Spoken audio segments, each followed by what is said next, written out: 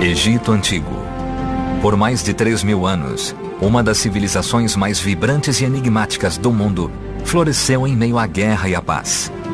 Os egípcios construíram grandes cidades, monumentos duradouros e realizaram avanços em matemática e tecnologia. Seu incrível legado sobrevive até hoje.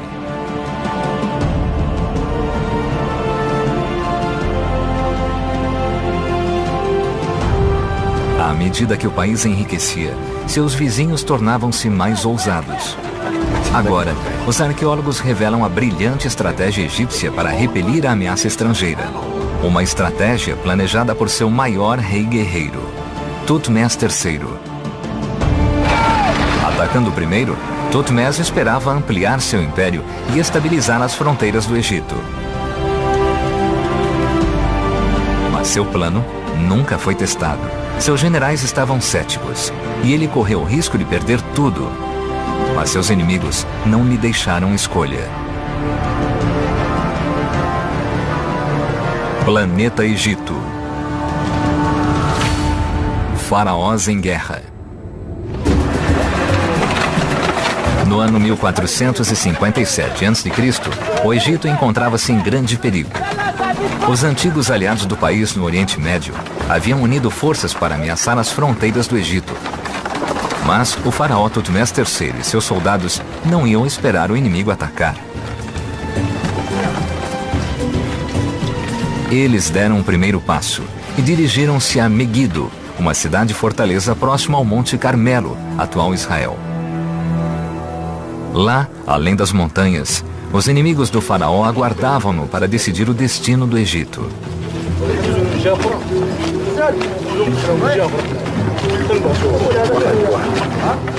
Megido ficava a 3 semanas de caminhada através do deserto. Mas a região circundante, chamada Canaã, que hoje cobre parte da Palestina e do Líbano, era crucial para a segurança do Império Egípcio.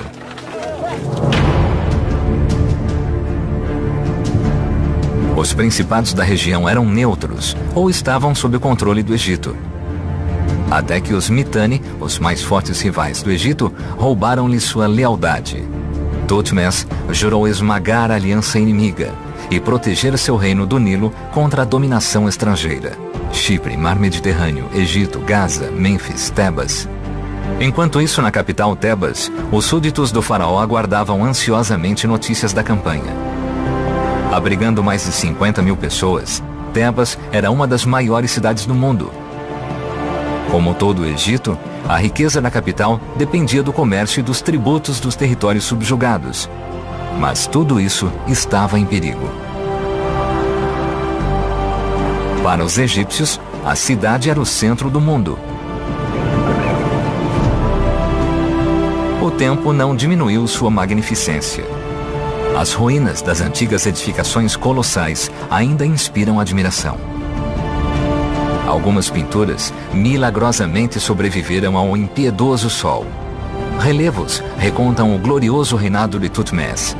No momento em que as potências estrangeiras ameaçavam o país, os egípcios orgulhavam-se de saber que, independentemente da situação, não estavam sozinhos no mundo. Nos períodos iniciais da história egípcia, a palavra egípcio era a mesma que para ser humano. No Império Novo, começaram a reconhecer uma igualdade maior com os estrangeiros sírios, sudaneses, cretenses e outros. Os vizinhos do Egito admiravam com inveja a enorme prosperidade do país. Enquanto os povos adjacentes sofriam com secas frequentes, os egípcios eram abençoados pela geografia e desfrutavam de colheitas regulares e abundantes. Embora o Egito fosse formado principalmente pelo deserto, o Nilo assegurava grandes campos férteis, que produziam grãos suficientes para alimentar cerca de 3 milhões de pessoas. Essa abundância fez do país uma das sociedades mais estáveis do mundo antigo. Através do comércio, o povo do Nilo ampliava sua riqueza, podendo financiar os maiores monumentos do mundo. As pirâmides. Certamente, os deuses deviam adorar os egípcios. Os egípcios provavelmente eram um povo muito arrogante, porque estavam convencidos de que ninguém era melhor do que eles. Os deuses permitiram que o Egito fosse o país mais maravilhoso do mundo, e a maioria dos estrangeiros que vinham para cá diziam mesmo: vocês têm esse rio maravilhoso que sempre fornece água, tem esses campos maravilhosos que sempre fornecem colheitas, então não precisam trabalhar muito para plantar alimento. Este é o paraíso da terra. Thutmose cresceu em um mundo que não conhecia a fome nem a guerra. Ele subiu ao trono quando criança, após a morte prematura de seu pai. Mas o rei era jovem demais para governar. Então sua tia e madrasta, Hatshepsut, assumiu o posto de regente. A tradição estabelecia que o faraó devia ser um homem, mas Hatshepsut aspirava à autoridade divina para governar por toda a vida. Eu tentei reunir uma lista de todos os funcionários do governo e da alta nobreza que a apoiavam, e este deve ter sido o segredo. Pode ter havido uma espécie de, eu ia dizer conspiração, mas talvez seja uma palavra muito forte, um círculo de partidários que era bem influente, mais do que imaginamos hoje. Para afirmar sua legitimidade como regente, Hatshepsut alterou sua aparência nos relevos dos templos e nas estátuas oficiais. No início, ela era retratada como uma mulher, com seios e características femininas. Mas, logo ela apresentava a barba cerimonial usada pelos faraós antes dela. Hatshepsut foi oficialmente transformada em um faraó do sexo masculino.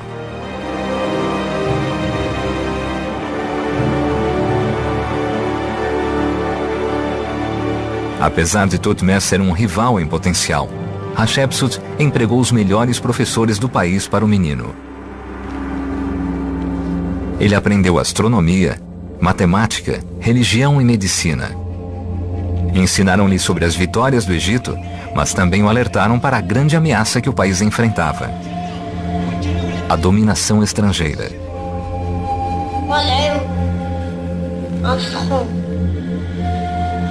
Apenas 2 séculos antes, uma tribo estrangeira havia assumido o controle do Egito para espanto dos egípcios. Eles sempre acreditaram que o Egito era invencível. Mas, em 1648 a.C., os Hyksos, um povo nômade da região nordeste, havia se mudado e os colonos tornaram-se invasores. Primeiro, conquistaram o delta do Nilo. Em seguida, invadiram o Baixo Egito, dividindo o império em 2 facções rivais.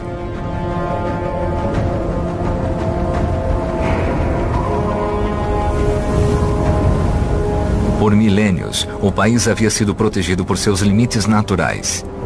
Desertos inóspitos ladeavam o império a leste e oeste, tornando a invasão quase impossível.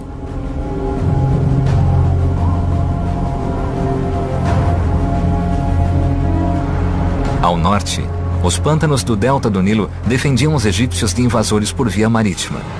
O Egito era seguro. Ou assim parecia ser. O Egito é naturalmente protegido e o governo da época devia manter algumas fortalezas fronteiriças com um punhado de soldados, porque era só disso que precisava para afastar os invasores. E foi o que o governo fez durante os primeiros 15 séculos da sua história. Foram muito bem sucedidos em manter todos os estrangeiros que eram indesejados longe do país. Mas os Hyksos eram diferentes. Com a ajuda de um avanço tecnológico, eles infiltraram-se no delta e iniciaram um ataque do interior do país.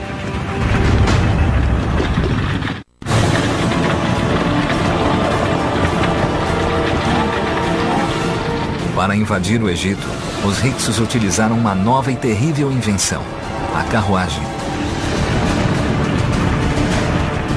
Com esta tecnologia superior, eles conduziram as milícias egípcias para a região central. Os egípcios não conseguiram repelir o ataque fulminante, mas lutaram bravamente para recuperar seu lar. O rei Seqenenre-Ta, um antepassado de Thutmose, travou uma batalha inútil contra os Hyksos. Ele provavelmente foi morto em combate com um machado de guerra. Isso com certeza deve ter abalado o ego dos egípcios, porque foram invadidos por essas pessoas que eles desprezavam. E foi uma invasão bem-sucedida que durou 108 anos. E isso foi um golpe em seu orgulho e em sua visão de mundo. Após o rei Seqenin-Heta, Ahmose, o governante de Tebas, finalmente acabou com a dominação estrangeira. Arqueólogos remontaram este relevo, o único relato da vitória de Ahmose sobre os Hyksos. Ahmose tinha aprendido com seus inimigos e vencera-os em seu próprio jogo, construindo carruagens de guerra para expulsar os invasores de seu país. Ahmose reunificou o norte e o sul do Egito, criando o que hoje é conhecido como o Novo Império, quando os faraós juraram restaurar a glória do Egito e enfrentar todas as ameaças estrangeiras. Mas no Oriente Médio, um novo povo ganhava força, os Mitanni, uma tribo guerreira mais formidável do que os Hyksos, que estava em busca de expansão. Megido, Canaã, Gaza. Os Mitanni tentavam enfraquecer a influência do Egito no Nordeste e para isso se aliaram aos governantes da região de Canaã, que desprezavam a tributação do Egito. À medida que os Mitanni se aproximavam das fronteiras do Egito, o número de guerreiros aumentava com a adesão de antigos vassalos do Egito. Na capital egípcia, o tempo estava esgotando-se. Thutmose, agora crescido, discordava de Hatshepsut sobre o que fazer. Ele queria mobilizar seu exército imediatamente para interceptar o inimigo antes que este chegasse às fronteiras do Egito. Hatshepsut preferia esperar. Ela queria evitar a guerra a todo custo, especialmente uma guerra além das fronteiras do Império. E apesar de Thutmose ser o herdeiro legítimo, Hatshepsut ainda precisava passar-lhe o trono. Thutmose insistiu que sua estratégia era a única forma de salvar o Egito. Mas Hatshepsut era quem comandava, e ele devia obedecer. Acho que a diferença era que Hatshepsut era mais conservadora e olhava para trás, de certa forma, para suas raízes no passado, enquanto que Thutmose III, ele adotava uma nova perspectiva de expansão e desenvolvimento e uma abordagem dinâmica em relação à vida.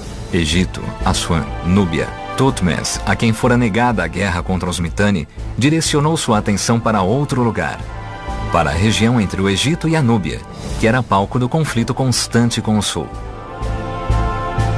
Seus antepassados já haviam construído diversas fortalezas ao longo do Nilo, mas o jovem rei queria reforçá-las, exercitando seu lado militar e provando que o Egito ainda era forte. Os núbios eram guerreiros temíveis e invadiam constantemente o Egito pelo sul.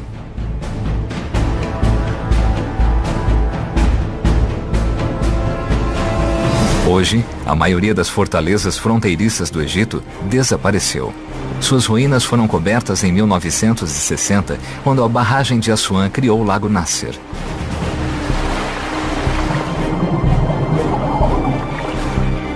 Mas, graças a antigos registros arqueológicos, temos uma ideia de como eram essas fortalezas. Cerca de 500 soldados viviam em cada fortaleza, que funcionava como uma pequena cidade murada. Havia um quartel para os soldados, depósitos de alimentos, oficinas e templos. Torres de vigia nos muros ofereciam uma visão desobstruída por quilômetros. Mas essas fortalezas não serviam apenas para defender contra uma invasão, pois também protegiam as rotas comerciais. Todo faraó, inclusive Thutmose, queria ter acesso às valiosas matérias-primas da Núbia, incluindo o ouro. E o povo. O Egito basicamente e historicamente visava o sul, não só pela conquista, mas também por causa de seus vários produtos. E um produto que costumamos esquecer hoje em dia era a mão de obra. Os egípcios enviavam caravanas, que hoje com certeza consideraríamos caravanas de escravos, e voltavam com milhares de núbios. A campanha de Tutmés ao sul foi bem sucedida, e ele retornou da Núbia com inúmeros escravos. Seus oficiais foram transformados em soldados pagos e privilegiados, porque os guerreiros núbios eram considerados excelentes arqueiros. Equipados com arcos recém-fabricados, eles poderiam causar ferimentos terríveis, até mesmo de uma grande distância. Silenciosamente, Tutmés formou um exército poderoso. O faraó estava convencido de que não poderiam evitar a guerra com os Mitanni. E para isso, ele precisaria não apenas de bons soldados, mas de mais armas. Por isso, ele criou várias casas de fundição. Suas oficinas militares em Mênfis forjavam machados e machadinhas, lanças e pontas de flechas de bronze, armas que os egípcios usavam há muito tempo. Mas Tutmés agiu de modo diferente desta vez. Após aprender uma dura lição com os Hyksos, ele equipou seu exército com carruagens de guerra. Os egípcios melhoraram radicalmente as antigas carruagens dos Hyksos.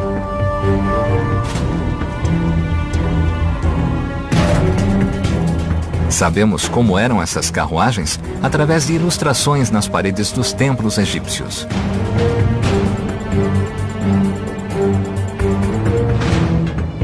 E uma carruagem cerimonial perfeitamente preservada foi encontrada na tumba de Tutankhamon.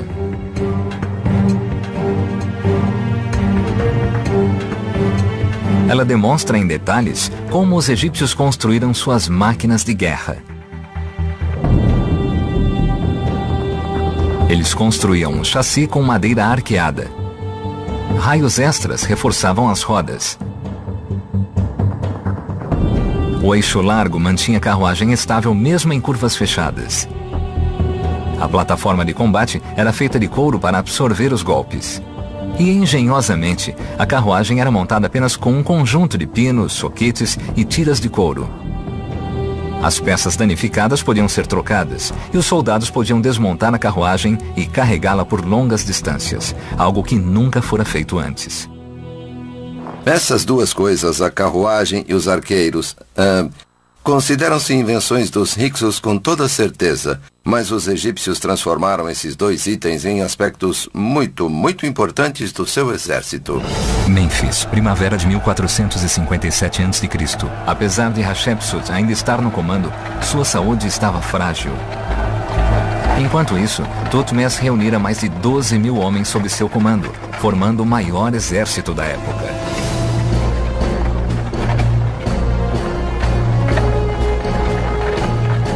E agora, ele podia finalmente agir, pois o faraó recebera notícias importantes. Hatshepsut havia falecido. Tutmés aproveitou o momento, por si mesmo e pelo Egito.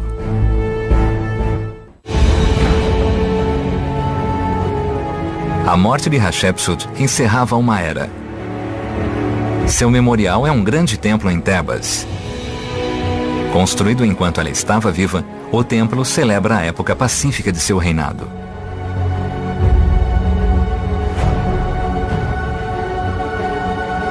Seus navios partiram para terras distantes e retornaram com madeiras exóticas, ouro e escravos. A mulher mais poderosa da história do Egito foi enterrada no Vale dos Reis. Ela foi a primeira mulher faraó a ser sepultada aqui, e sua morte fortalecia seus inimigos. O mundo inteiro ficou sabendo, afinal havia comunicação na época, e assim ficou parecendo para aquelas forças que queriam atacar o Egito, que era a hora certa. Segundo o costume, o país lamentou a morte da regente por 70 dias, dando aos inimigos a leste a oportunidade de reunir forças.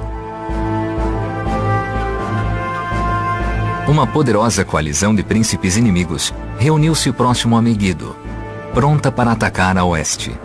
Durante anos, Thutmose havia falhado em tomar medidas contra a ameaça asiática.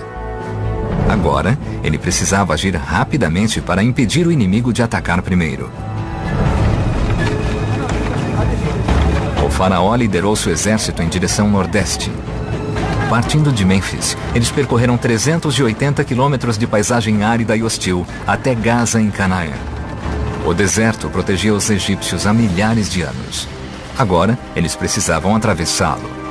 Os egípcios formaram uma coluna gigantesca. 12.000 homens e 2.400 animais. Um exército desse tamanho precisava de suprimentos regulares, incluindo 50.000 litros de água todos os dias.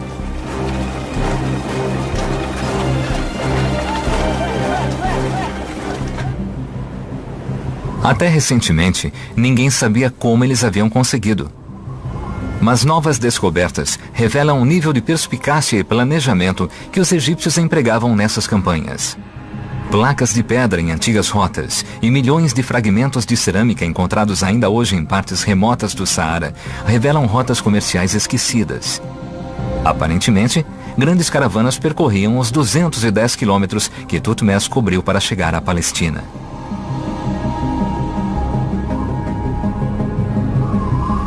Os egípcios não tinham camelos para fazer a viagem e dependiam de bois e jumentos. E assim, desenvolveram um sistema de abastecimento de água sofisticado. Caravanas enormes partiam na frente do exército, carregadas com milhares de litros de água, criando paradas de descanso no deserto.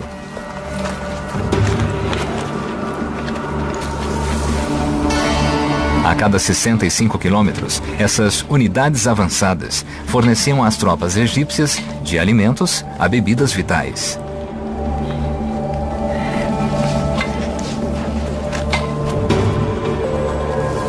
Após 10 dias, Thutmose e seu exército chegaram à Palestina.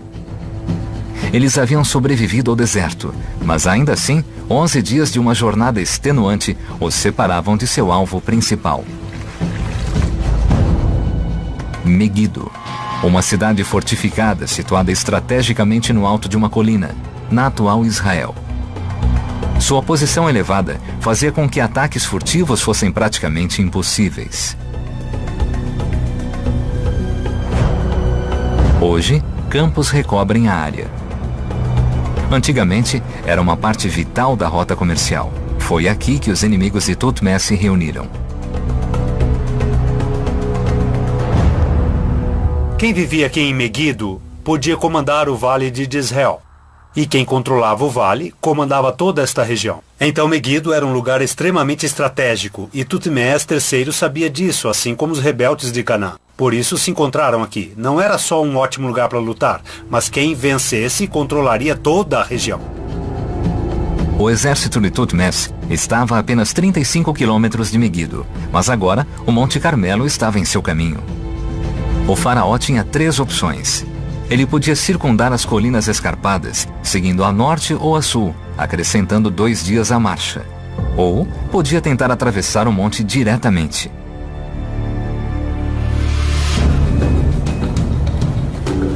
Enquanto os soldados descansavam, Thutmose convocou seus generais para um conselho de guerra. As montanhas eram traiçoeiras, disseram-lhe. Cruzá-las seria uma atitude tola. Seus generais foram bem explícitos. Os soldados já haviam enfrentado uma marcha de 3 semanas. Atravessar a montanha só iria exauri-los antes da batalha. Mas Thutmose pensava de forma diferente, de modo mais estratégico.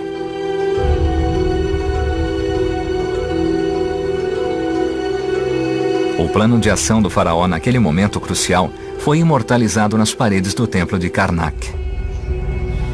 Sua decisão era tão importante que o destino do Egito dependia dele, e em momentos como este é que a história é feita. Como podemos ver neste registro hieroglífico, que na verdade são trechos do diário do próprio rei, o faraó disse: não, vou atravessar essa estreita passagem para não dar ao inimigo a impressão de que sou fraco ou covarde. Thutmose ordenou que o exército avançasse em direção às montanhas. Ele deduziu que, se seus generais aconselhavam contra esta rota traiçoeira, com certeza o inimigo não os esperaria por ali. Passagem Aruna, abril de 1457 a.C. Uma coluna estreita e prolongada de soldados começou a subir as montanhas. Carruagens desmontadas atrasavam seu avanço.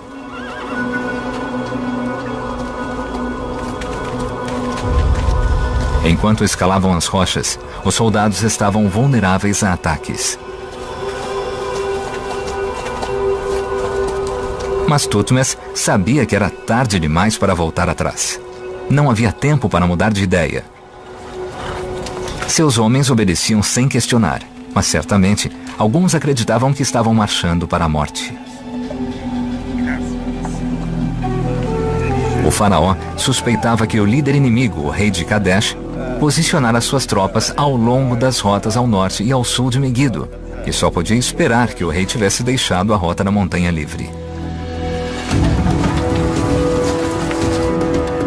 Os soldados egípcios enfrentavam mais dificuldades à medida que a passagem da montanha se estreitava cada vez mais. A qualquer momento, as forças da coalizão poderiam atacar. O percurso parecia quase intransponível. Os soldados mal avançavam.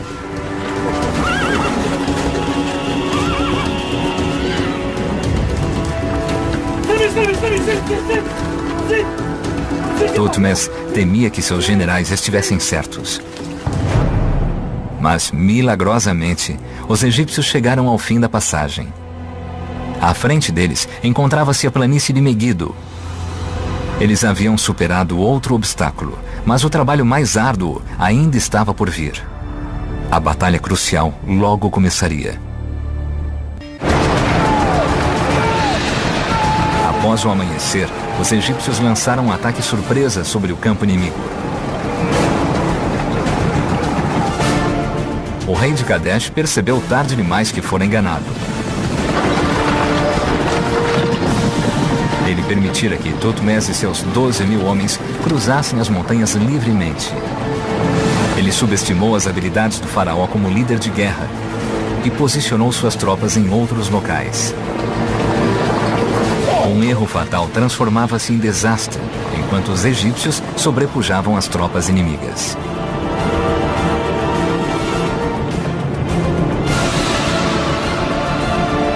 Sem tempo para obter reforços, a coalizão cananeia foi forçada a recuar. O rei de Kadesh aguardou o momento certo para seguir suas tropas em fuga e ficar em segurança.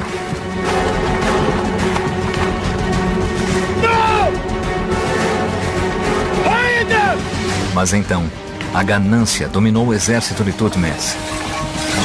Em vez de perseguirem o inimigo, os soldados egípcios saquearam o acampamento. Algo que Thutmose não antecipara.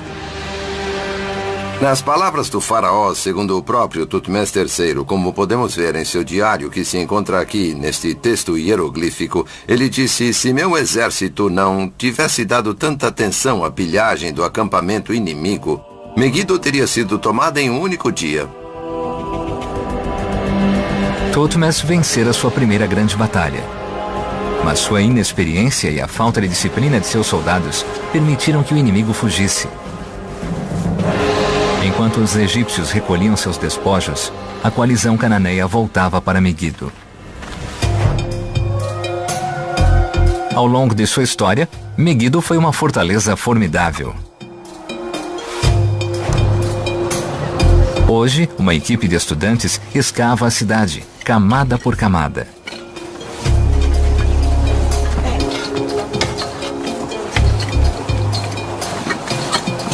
Eles cavam a areia de milhares de anos de civilização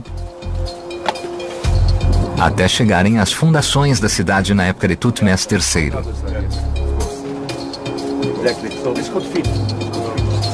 Os arqueólogos recolhem fragmentos de cerâmica encontrados em diferentes camadas do solo e que podem pertencer a determinados períodos históricos. Quando encontrarem as fundações que remontam a 3.000 anos, poderão reconstruir a fortaleza e as edificações de seu interior. Havia um palácio numa determinada parte da cidade. Sabemos onde ficava o portão.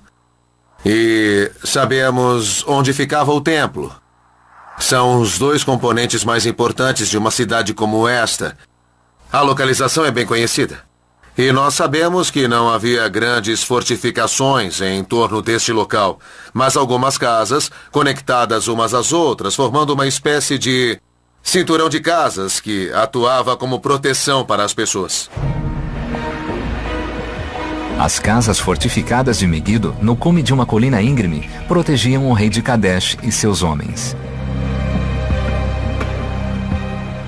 Tutmés III diz que mantiveram o cerco por 7 meses. Então, com certeza, tinham água e comida suficiente. Como a cidade sobreviveu por tanto tempo, sempre foi um mistério.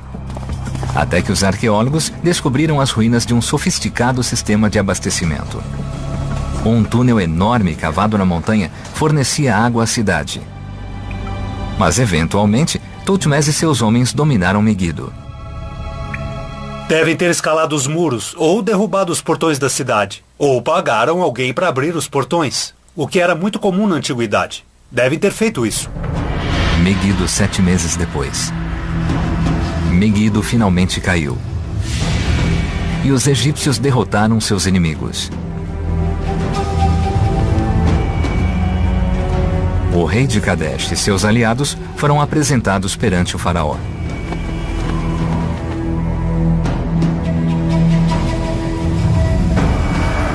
Era hora de Tutmés demonstrar suas habilidades como estadista e encontrar uma forma de governar o território conquistado, que ficava tão longe de sua capital, Tebas. Desafiar o faraó era uma blasfêmia. Os infratores não deviam esperar por clemência. Os generais do faraó exigiam que os inimigos fossem condenados à morte. Mas o rei de Kadesh implorou pela vida de sua família. Mais uma vez, Tutmés ignorou os generais e seguiu seus próprios instintos ao lidar com os inimigos. Nesse ponto, o que aconteceu tornou-se a prática imperial padrão por 4 séculos. Eles foram forçados a fazer um juramento de que nunca mais iriam se rebelar contra o faraó e o Egito. Ao mesmo tempo, ficou muito claro para eles que deviam pagar impostos. O mesmo tipo de imposto que os camponeses egípcios tinham que pagar sempre que o faraó ou então seus ministros cobravam. E, finalmente, eles foram obrigados a desistir de seus filhos. Tutmés poupou a vida dos líderes rebeldes, mas enviou seus filhos para o Egito como reféns. Eles seriam a garantia de que seus pais nunca mais desobedeceriam às ordens do faraó. No Nilo, eles seriam criados como egípcios. As meninas ficariam no Egito. E os meninos um dia voltariam à sua pátria como reis vassalos, a serviço do faraó.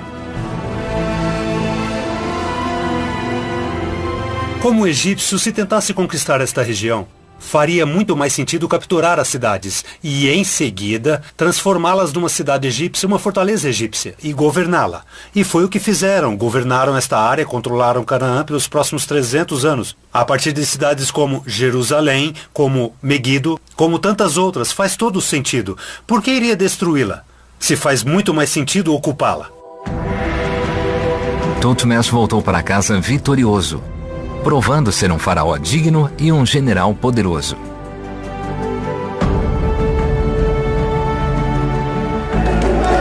Por toda a região, os egípcios comemoraram a vitória sobre o rei de Kadesh e a conquista de Megido. Sacerdotes abriram as portas dos santuários aos deuses imperiais. Os despojos de guerra e o ouro inimigo foram oferecidos ao Deus que tornara a vitória possível. Amon, o Deus supremo do reino e do império nascente. Em Tebas, a vida parecia ser mais segura, mais protegida. Mas essa sensação era enganosa. O principal inimigo, os Mitanni, não havia sido derrotado e tramava sua vingança.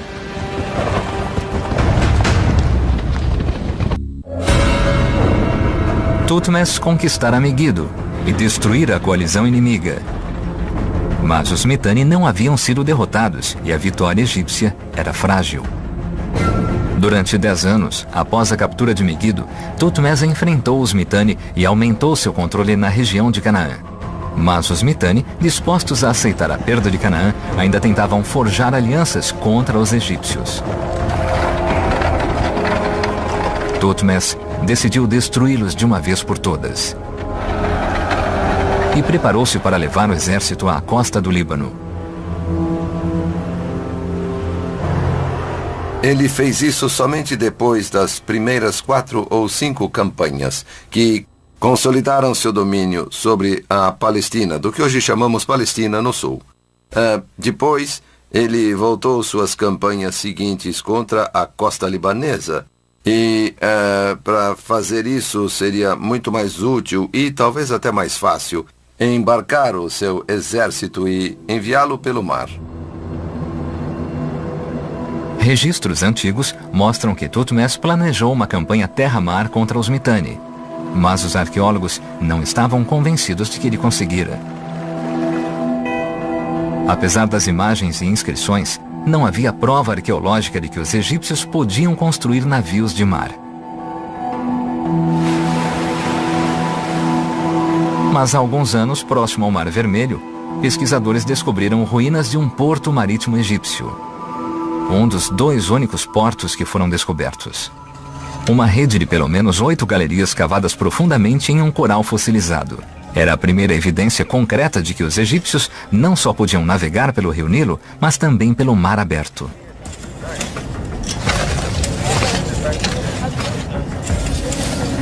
Uma equipe internacional de cientistas encontrou cerâmica, restos de tábuas de navios e textos como prova dos empreendimentos patrocinados pelo Estado.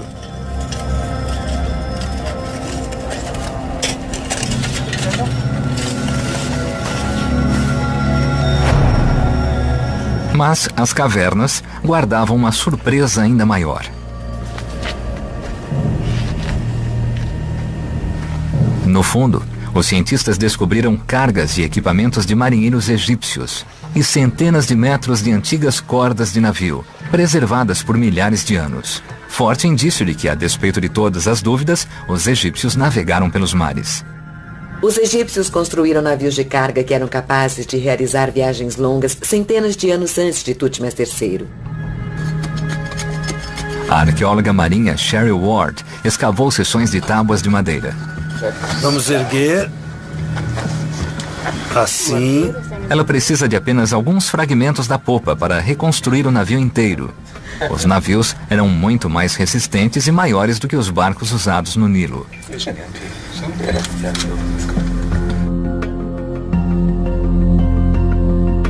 Cada navio era formado por 20 árvores e podia transportar 40 pessoas e 17 toneladas de carga.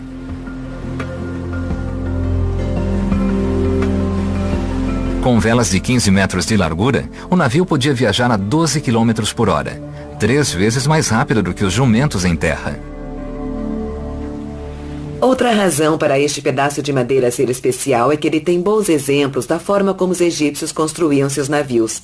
Eles usavam grandes pedaços de madeira, que chamamos de espigas, e que se encaixavam em buracos feitos nas pranchas. Aqui podemos ver as extremidades de cada espiga, que funcionavam em pares. Então imagine outra prancha, presa aqui ao lado com grandes pedaços de madeira, segurando tudo. Aqui também encontramos o que chamamos de ligadura. Eram tiras de cobre que passavam por aqui como uma fita, prendendo a extremidade de outra prancha. Então a costura entre essa prancha e a quilha ficava muito bem presa. Esse tipo de construção permitia que os navios fossem desmontados facilmente, como as carruagens egípcias.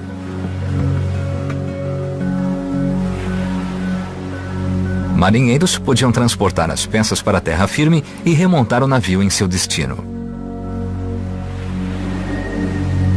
Esse destino era o Império dos Mitanni, os arqui-inimigos de Thutmés, que ficava a 900 quilômetros do Egito.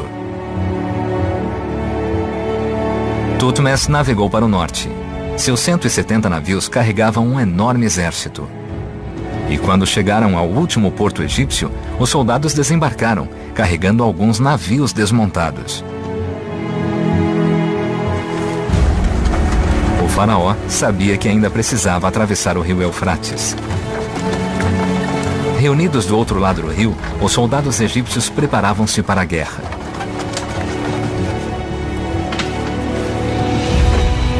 Mas a grande batalha que os egípcios esperavam nunca aconteceu, pois os Mitanni recuaram para as planícies asiáticas. Thutmose destruiu muitas de suas cidades, anexando o território e declarando vitória.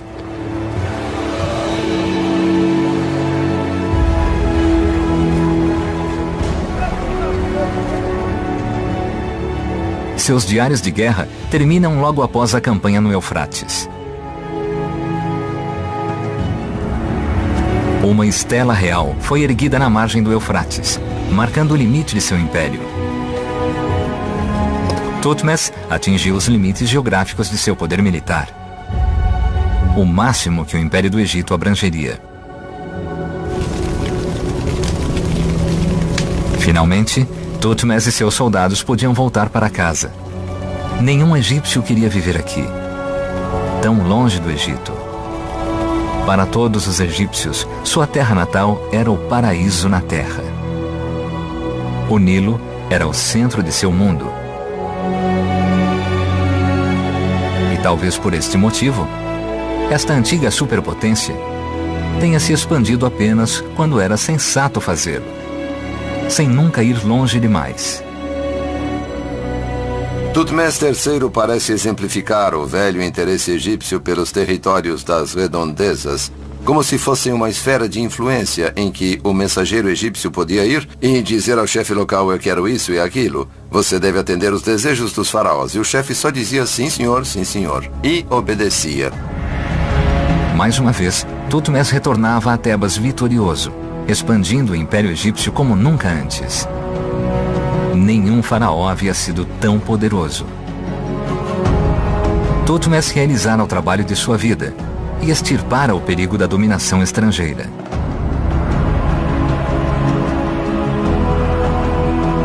Para agradecer aos deuses por suas vitórias, ele ergueu o templo de Karnak e decorou as paredes com imagens de animais e plantas exóticas que encontrara durante suas campanhas. Como todos os seus antepassados, Thutmose é retratado como o conquistador de seus inimigos. Mas, no reino em expansão, os egípcios começaram a ver os estrangeiros de forma diferente. Talvez não como iguais, mas pelo menos como seres humanos. Eles eram considerados quase que compatriotas, e podemos ver isso na religião egípcia, nas características mutáveis da religião egípcia. No Império Novo começaram a questionar onde terminava a autoridade dos deuses egípcios e se os deuses egípcios tinham o controle só do Egito. Foi então que decidiram que não, que os deuses egípcios tinham autoridade muito além do Egito. Thutmose é lembrado como o maior general egípcio e como um político astuto. Seu reinado de 54 anos sobre mais de 3 milhões de pessoas foi sem precedentes e incrível. Ao compreender os limites da conquista estrangeira, ele manteve o poder e a estabilidade do Egito, garantindo seu sucesso ao longo dos séculos. Foi Thutmose quem definiu o que o Egito se tornaria.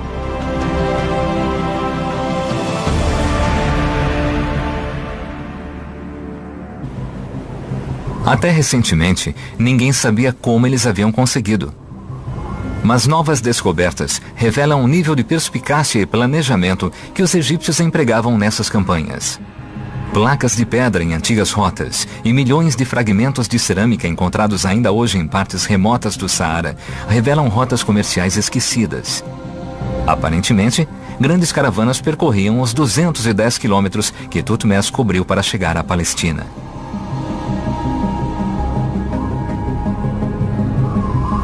Os egípcios não tinham camelos para fazer a viagem e dependiam de bois e jumentos. E assim, desenvolveram um sistema de abastecimento de água sofisticado. Caravanas enormes partiam na frente do exército, carregadas com milhares de litros de água, criando paradas de descanso no deserto.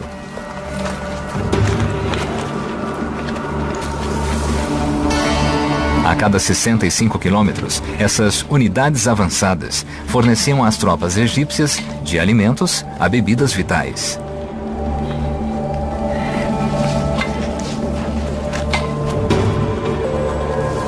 Após 10 dias, Thutmose e seu exército chegaram à Palestina. Eles haviam sobrevivido ao deserto, mas ainda assim, 11 dias de uma jornada extenuante os separavam de seu alvo principal. Megido, uma cidade fortificada situada estrategicamente no alto de uma colina, na atual Israel. Sua posição elevada fazia com que ataques furtivos fossem praticamente impossíveis. Hoje, campos recobrem a área. Antigamente, era uma parte vital da rota comercial. Foi aqui que os inimigos de Thutmose se reuniram.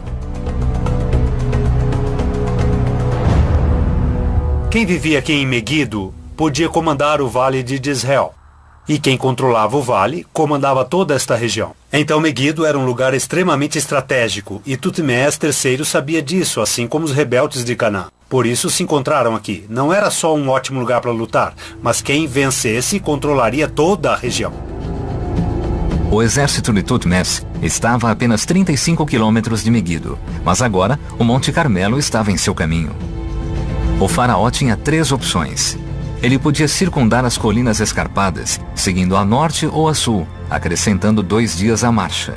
Ou podia tentar atravessar o monte diretamente.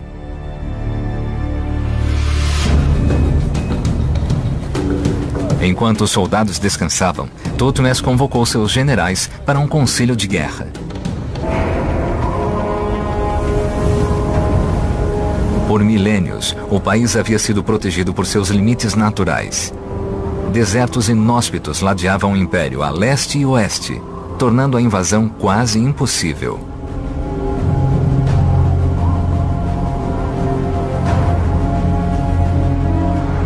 Ao norte, os pântanos do delta do Nilo defendiam os egípcios de invasores por via marítima.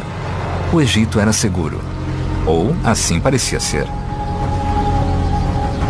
O Egito é naturalmente protegido e o governo da época devia manter algumas fortalezas fronteiriças com um punhado de soldados, porque era só disso que precisava para afastar os invasores. E foi o que o governo fez durante os primeiros 15 séculos da sua história. Foram muito bem sucedidos em manter todos os estrangeiros que eram indesejados longe do país.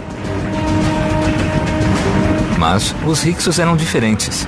Com a ajuda de um avanço tecnológico, eles infiltraram-se no delta e iniciaram um ataque do interior do país.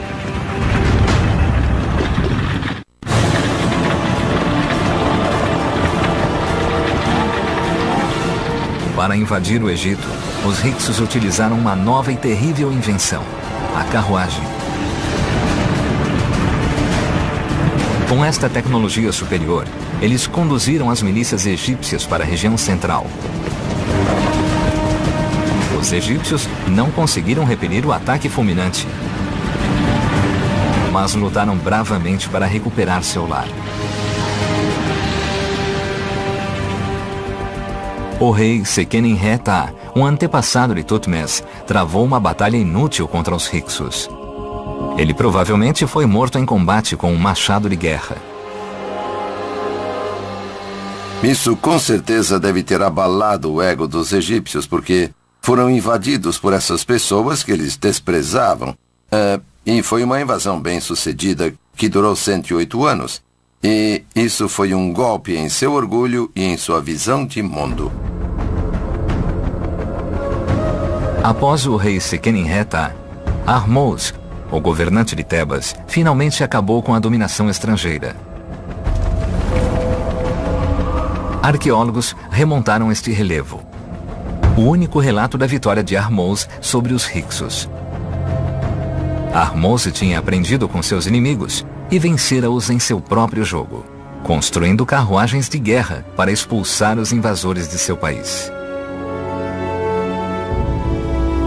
Ahmose reunificou o norte e o sul do Egito, criando o que hoje é conhecido como o Novo Império.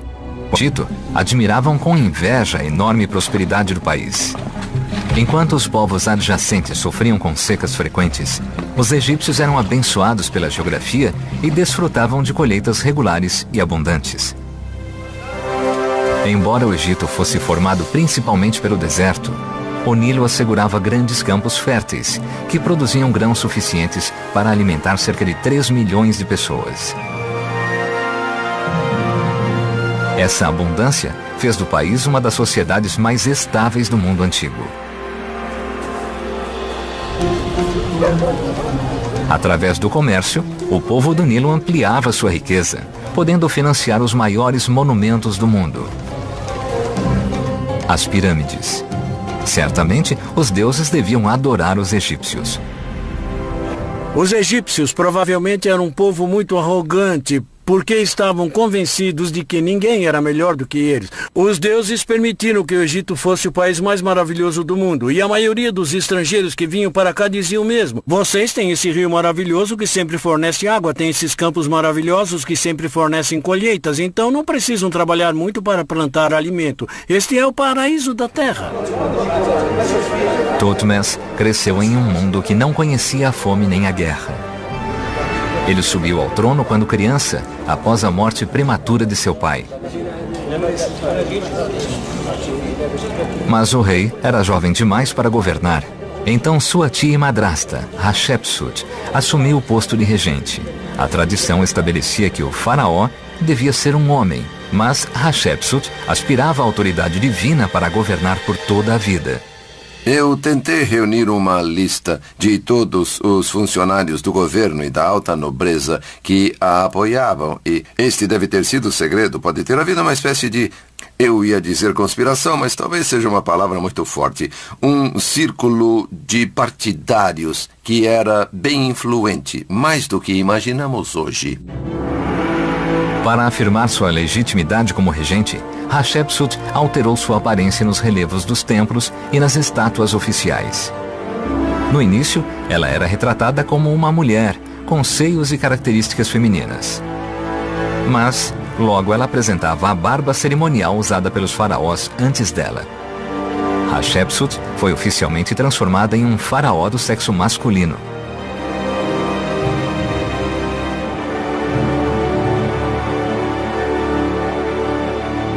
Apesar de Thutmose ser um rival em potencial, Hatshepsut empregou os melhores professores do país para o menino. Ele aprendeu astronomia, matemática, religião e medicina. A história egípcia era frágil. Durante 10 anos, após a captura de Megido, Thutmose enfrentou os Mitanni e aumentou seu controle na região de Canaã. Mas os Mitanni, dispostos a aceitar a perda de Canaã, ainda tentavam forjar alianças contra os egípcios. Thutmose decidiu destruí-los de uma vez por todas. E preparou-se para levar o exército à costa do Líbano. Ele fez isso somente depois das primeiras 4 ou 5 campanhas, que consolidaram seu domínio sobre a Palestina, do que hoje chamamos Palestina no sul. Depois, ele voltou suas campanhas seguintes contra a costa libanesa. E para fazer isso seria muito mais útil e talvez até mais fácil embarcar o seu exército e enviá-lo pelo mar. Registros antigos mostram que Thutmose planejou uma campanha terra-mar contra os Mitanni. Mas os arqueólogos não estavam convencidos de que ele conseguira. Apesar das imagens e inscrições, não havia prova arqueológica de que os egípcios podiam construir navios de mar. Mas há alguns anos, próximo ao Mar Vermelho, pesquisadores descobriram ruínas de um porto marítimo egípcio. Um dos 2 únicos portos que foram descobertos. Uma rede de pelo menos 8 galerias cavadas profundamente em um coral fossilizado. Era a primeira evidência concreta de que os egípcios não só podiam navegar pelo rio Nilo, mas também pelo mar aberto.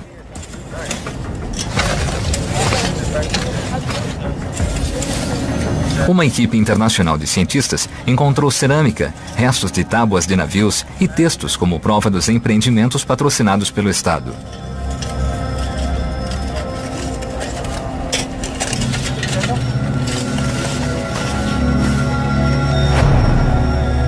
Mas as cavernas guardavam uma surpresa ainda maior. No fundo, os cientistas descobriram cargas e equipamentos de marinheiros egípcios e centenas de metros de antigas cordas de navio, preservadas por milhares de anos. Forte indício de que, a despeito de todas as dúvidas, os egípcios navegaram pelos mares. Os egípcios construíram navios de carga que eram capazes de realizar viagens longas centenas de anos antes de Thutmose III. A arqueóloga marinha Cheryl Ward escavou seções de tábuas de madeira. Vamos erguer. Assim. Ela precisa de apenas alguns fragmentos da popa para reconstruir o navio inteiro. Os navios eram muito mais resistentes, mas também pelo mar aberto.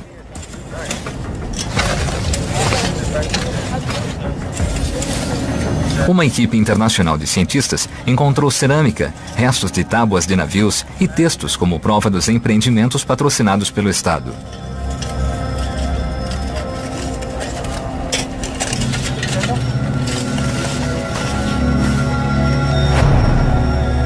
Mas as cavernas guardavam uma surpresa ainda maior. No fundo, os cientistas descobriram cargas e equipamentos de marinheiros egípcios e centenas de metros de antigas cordas de navio, preservadas por milhares de anos. Forte indício de que, a despeito de todas as dúvidas, os egípcios navegaram pelos mares. Os egípcios construíram navios de carga que eram capazes de realizar viagens longas centenas de anos antes de Thutmose III.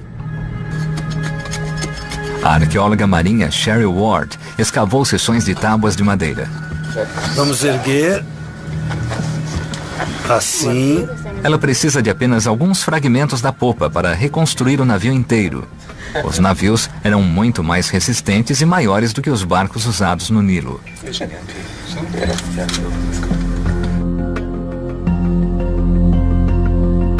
Cada navio era formado por 20 árvores e podia transportar 40 pessoas e 17 toneladas de carga.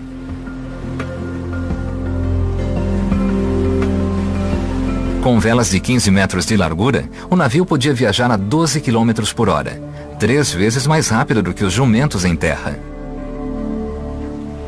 Outra razão para este pedaço de madeira ser especial é que ele tem bons exemplos da forma como os egípcios construíam seus navios.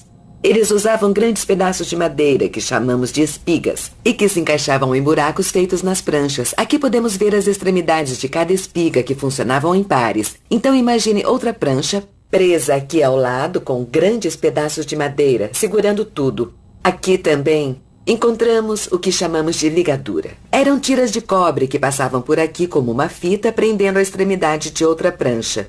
Então a costura entre essa prancha e a quilha ficava muito bem presa. Este tipo de construção permitia que os navios fossem desmontados facilmente, como as carruagens egípcias.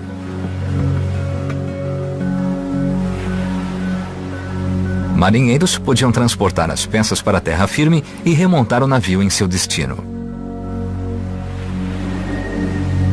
Esse destino era o Império dos Mitanni, os arqui-inimigos de Thutmose, que ficava a 900 quilômetros do Egito. Thutmose navegou para o norte. Seus 170 navios carregavam... Thutmose destruiu muitas de suas cidades, anexando o território e declarando vitória.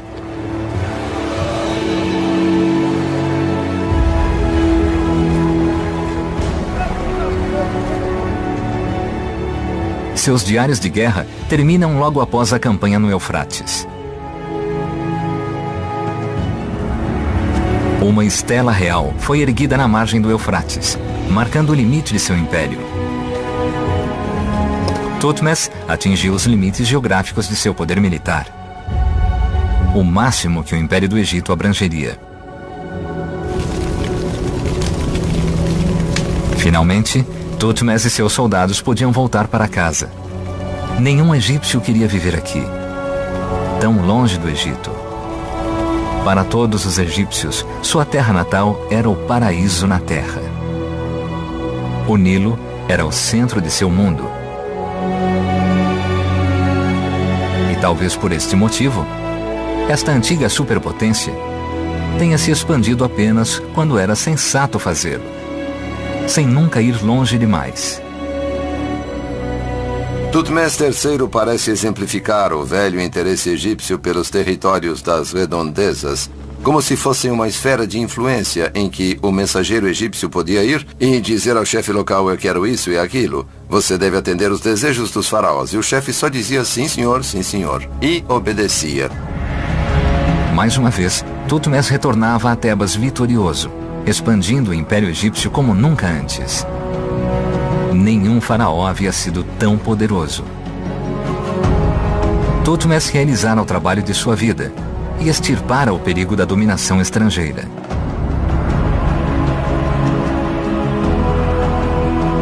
Para agradecer aos deuses por suas vitórias, ele ergueu o templo de Karnak e decorou as paredes com imagens de animais e plantas exóticas que encontrara durante suas campanhas. Como todos os seus antepassados, Tutmés é retratado como o conquistador de seus inimigos. Mas, no reino em expansão, os egípcios começaram a ver os estrangeiros de forma diferente. Talvez não como iguais, mas pelo menos como seres humanos. Eles eram considerados quase que compatriotas, e podemos ver isso na religião egípcia, nas características mutáveis da religião egípcia. No Império Novo, começaram a questionar onde terminava a autoridade dos deuses egípcios e se os deuses egípcios tinham o controle só do Egito. Foi então que decidiram que não, que os deuses egípcios tinham descobertos. Uma rede de pelo menos 8 galerias cavadas profundamente em um coral fossilizado. Era a primeira evidência concreta de que os egípcios não só podiam navegar pelo rio Nilo, mas também pelo mar aberto.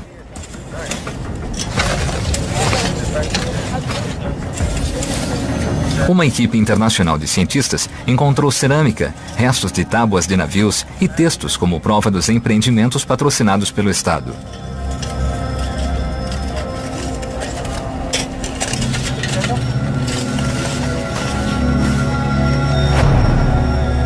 Mas as cavernas guardavam uma surpresa ainda maior.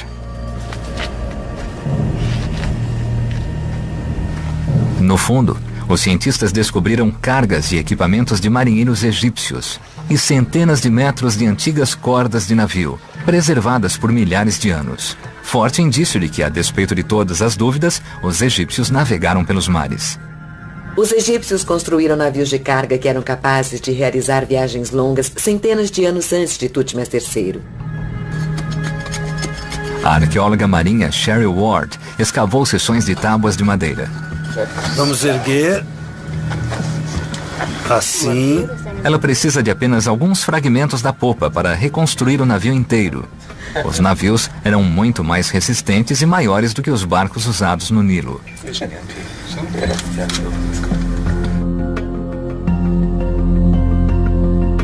Cada navio era formado por 20 árvores e podia transportar 40 pessoas e 17 toneladas de carga.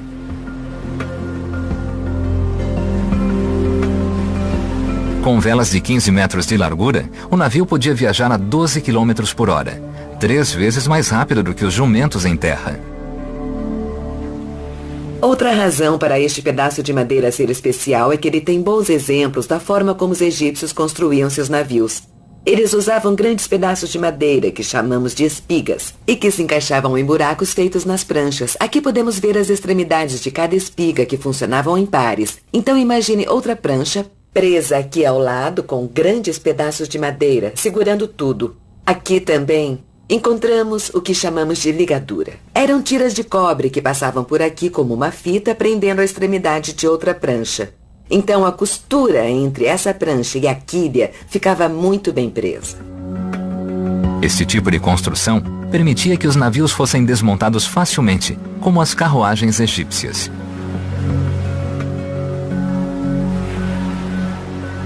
Marinheiros podiam transportar as peças para a terra firme e remontar o navio em seu destino. Esse destino era o Império dos Mitanni, os arqui-inimigos.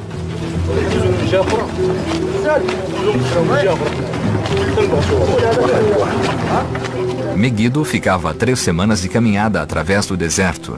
Mas a região circundante, chamada Canaã, que hoje cobre parte da Palestina e do Líbano, era crucial para a segurança do Império Egípcio.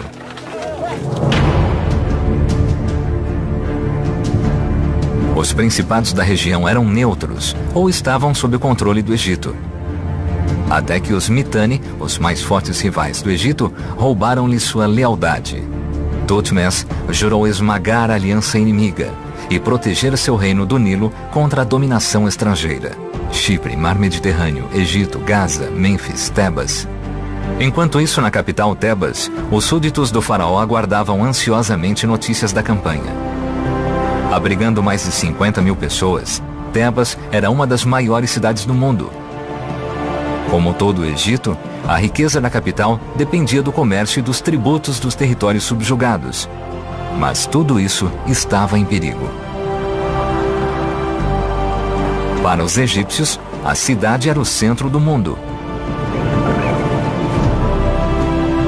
O tempo não diminuiu sua magnificência. As ruínas das antigas edificações colossais ainda inspiram admiração. Algumas pinturas milagrosamente sobreviveram ao impiedoso sol. Relevos recontam o glorioso reinado de Tutmés. No momento em que as potências estrangeiras ameaçavam o país, os egípcios orgulhavam-se de saber que, independentemente da situação, não estavam sozinhos no mundo. Nos períodos iniciais da história egípcia, a palavra egípcio era a mesma que para ser humano. No Império Novo, começaram a reconhecer uma igualdade maior com os estrangeiros sírios, sudaneses, cretenses e outros. Os vizinhos do Egito admiravam com inveja a enorme prosperidade do país. Enquanto os povos adjacentes sofriam com secas frequentes, os egípcios eram abençoados pela geografia e desfrutavam de colheitas regulares e abundantes. Embora o Egito fosse formado principalmente pelo deserto, o Nilo assegurava grandes campos férteis, que produziam grãos suficientes para alimentar cerca de 3 milhões de pessoas. Essa abundância fez do país uma das sociedades mais estáveis do mundo antigo. Através do comércio, o povo do Nilo ampliava sua riqueza, podendo financiar os maiores monumentos do mundo. As pirâmides. Certamente, os deuses deviam adorar os egípcios. Enquanto isso, Tutmés reunira mais de 12 mil homens sob seu comando, formando o maior exército da época.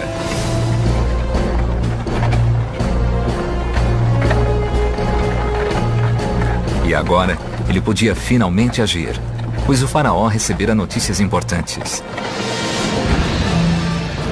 Hatshepsut havia falecido. Tutmés aproveitou o momento, por si mesmo e pelo Egito.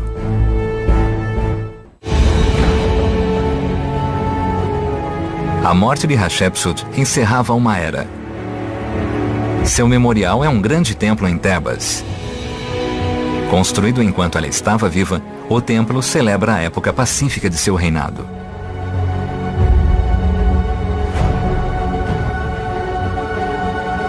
Seus navios partiram para terras distantes e retornaram com madeiras exóticas, ouro e escravos. A mulher mais poderosa da história do Egito foi enterrada no Vale dos Reis. Ela foi a primeira mulher faraó a ser sepultada aqui, e sua morte fortalecia seus inimigos. O mundo inteiro ficou sabendo, afinal havia comunicação na época, e assim ficou parecendo para aquelas forças que queriam atacar o Egito, que era a hora certa. Segundo o costume, o país lamentou a morte da regente por 70 dias. dando aos inimigos a leste a oportunidade de reunir forças. Uma poderosa coalizão de príncipes inimigos reuniu-se próximo a Megido, pronta para atacar a oeste. Durante anos, Thutmose havia falhado em tomar medidas contra a ameaça asiática. Agora, ele precisava agir rapidamente para impedir o inimigo de atacar primeiro. O faraó liderou seu exército em direção nordeste. Partindo de Mênfis, eles percorreram 380 quilômetros de paisagem árida e hostil até Gaza, em Canaã. O deserto protegia os egípcios há milhares de anos. Agora, eles precisavam atravessá-lo. Os egípcios formaram uma coluna gigantesca, 12.000 homens e 2.400 animais. Um exército desse tamanho precisava de suprimentos regulares, incluindo 50.000 litros de água todos os dias.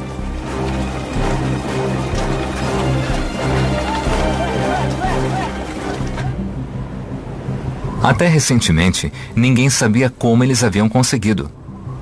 Mas novas descobertas revelam um nível de perspicácia e planejamento que os egípcios empregavam nessas campanhas. Placas de pedra em antigas rotas e milhões de fragmentos de cerâmica encontrados ainda. Ele fez isso somente depois das primeiras 4 ou 5 campanhas, que consolidaram seu domínio sobre a Palestina, do que hoje chamamos Palestina no Sul. Depois, ele voltou suas campanhas seguintes contra a costa libanesa. E para fazer isso seria muito mais útil e talvez até mais fácil embarcar o seu exército e enviá-lo pelo mar. Registros antigos mostram que Thutmose planejou uma campanha terra-mar contra os Mitanni, mas os arqueólogos não estavam convencidos de que ele conseguira. Apesar das imagens e inscrições, não havia prova arqueológica de que os egípcios podiam construir navios de mar. Mas há alguns anos, próximo ao Mar Vermelho, pesquisadores descobriram ruínas de um porto marítimo egípcio. Um dos 2 únicos portos que foram descobertos.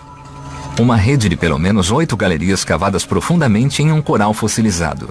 Era a primeira evidência concreta de que os egípcios não só podiam navegar pelo rio Nilo, mas também pelo mar aberto.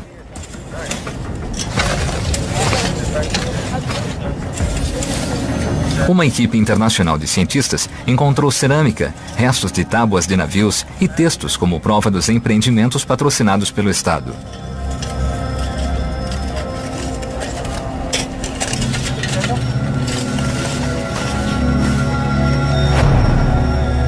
Mas as cavernas guardavam uma surpresa ainda maior.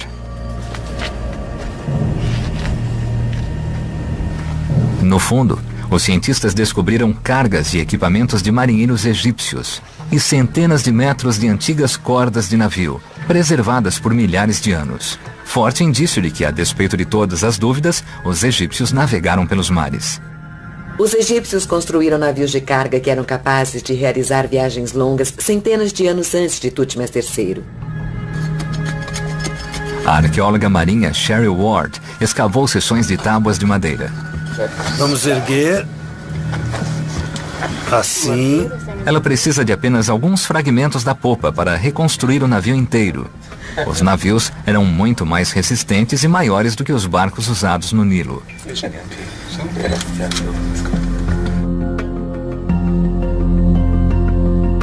Cada navio era formado por 20 árvores e podia transportar 40 pessoas e 17 toneladas de carga.